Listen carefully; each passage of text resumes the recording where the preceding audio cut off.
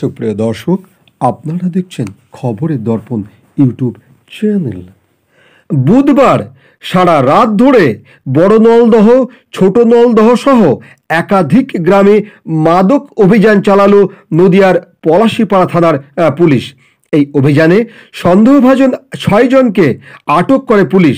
সেই সঙ্গে এই অভিযানের ভয়ে এক মাদক কারবারি গ্রাম থেকে মাদক নিয়ে পালিয়ে অন্য স্থানে বিক্রি করতে যায়। কিন্তু পুলিশ পলাশীপাড়ার কাবলিখালী সেতুর কাছ থেকে পলাতক হুমায়ুন মল্লিককে গ্রেপ্তার করে এবং তার কাছ থেকে 480 গ্রাম হেরোইন উদ্ধার করে।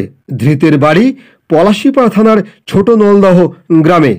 স্থানীয় সূত্রে জানা গেছে, দীর্ঘদিন ধরে পলাশীপাড়া থানার বড় নলদহ, ছোট নলদহ, কুলগাছি, বারুইপাড়া, বড়েয়া সহ বিভিন্ন গ্রামে মাদক ব্যবসা রমরমিয়ে চলছে। আগে এই সব এলাকায় মাদক কারবারিরা বাইরে থেকে মাদক এনে পাচার করত। তবে পুলিশের কড়া নজরদারিতে সেই মাদক পাচার কিছুটা কমলেও পরে দেখা যায় এই সব জায়গায় মাদক তৈরি শুরু হয়েছে।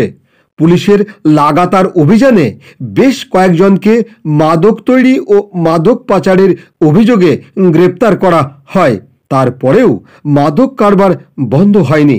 বুধবার রাতে 200 জন পুলিশ কর্মীকে নিয়ে ওই সব এলাকায় সারা রাত ধরে সন্দেহভাজন মাদক কারবারিদের বাড়িতে তল্লাশি অভিযান চালায় পুলিশ। এই অভিযানে পুলিশের জালে আসে এক পলাতক সহ 6 জন মাদক কারবারি।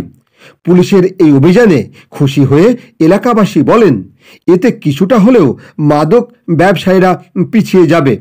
মহকুমা পুলিশ আধিকারিক সুব্রত সরকার বলেন, আমরা মাদক কারবারিদের বিরুদ্ধে লাগাতার অভিযান চালাচ্ছি, তারই একটি অংশ হচ্ছে বুধবার রাতের এই তল্লাশি।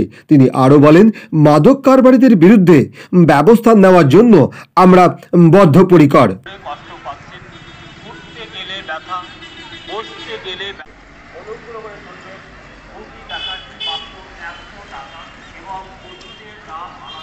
যদি এখনও আমাদের খবরের দর্পণ চ্যানেলটি সাবস্ক্রাইব না করে থাকেন তাহলে এখনই সাবস্ক্রাইব করুন, সঙ্গে বেল বাটনটি ক্লিক করুন আর পেয়ে যান সব খবরের দ্রুত ভিডিও আপডেট।